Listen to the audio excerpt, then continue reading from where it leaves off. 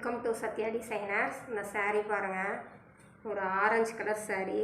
இந்த orange colour சாரீக்கு வந்து பார்த்திங்க அப்படின்னா முந்தி வந்து ஒரு ப்ளூ கலரில் கொடுத்துருக்காங்க. இந்த சாரியோட ப்ளவுஸ் பார்த்திங்க அப்படின்னா ஒரு ப்ளூ கலர் ப்ளவுஸு. இந்த ப்ளூ கலர் ப்ளவுஸுக்கு சிம்பிளாக ஸ்டோன் ஒர்க் போட்டிருக்கோம். ஸ்டோன் ஒர்க் போட்டு கீழே வந்து சாரியோட மெட்டீரியல் யூஸ் பண்ணி லேஸ் வச்சு ரெடி பண்ணியிருக்கோம்.